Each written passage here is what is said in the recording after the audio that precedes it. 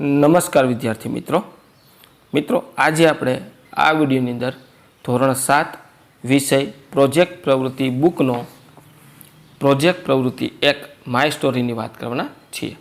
તો અહીંયા મિત્રો આપણા પ્રોજેક્ટનું આ રીતનું સંપૂર્ણ સોલ્યુશન છે। આવા જ સોલ્યુશન મેળવવા માટે આપણી ચેનલને સબસ્ક્રાઈબ કરો અને આ વિડીયો તમારા મિત્રો સાથે શેર કરો। બીજું કે મિત્રો આપણી યુટ્યુબ ચેનલ પર ધોરણ 7ના સ્વઅધ્યયન પોથીના દરેક વિષયના સોલ્યુશન મૂકેલા છે, જે તમને મારી યુટ્યુબ ચેનલના પ્લેલિસ્ટમાંથી મળી જશે। તો પ્રોજેક્ટ પ્રવૃત્તિ 1 માય સ્ટોરી, તમે ગુજરાતી સાથે હવે હિન્દી અને અંગ્રેજીમાં વાર્તાઓ પણ વાંચવાનું શરૂ કર્યું હશે। ટીવી મોબાઈલમાં તો આવી હિન્દી અને અંગ્રેજી ભાષામાં વાર્તાઓ સાંભળી કે જોઈ હશે। અહીં તમને વાંચતા પસંદ પડેલી કોઈ એક વાર્તા અંગ્રેજીમાં લખવાની છે। વાર્તા તમારા પાઠ્યપુસ્તક સિવાયની હોવી જોઈએ। તમને અને તમારા મિત્રોને નવી વાર્તાઓ સાંભળવા મળે માટે તમે પુસ્તકાલયનો ઉપયોગ કરી શકો છો। હવે અહીંયા છે shepherd boy and the wolf.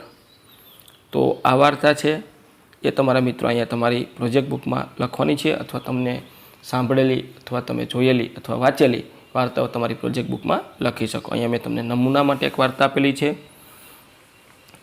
A shepherd boy in a village use to take his herd sheep across the field near the forest.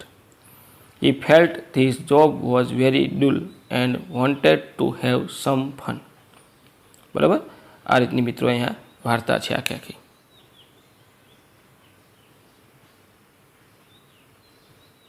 ત્યાર પછી આપણે વાર્તાનો બીજો ફકરો જોઈએ। તો આ રીતની આપણી વાર્તા છે, એમનો બીજો ફકરો છે।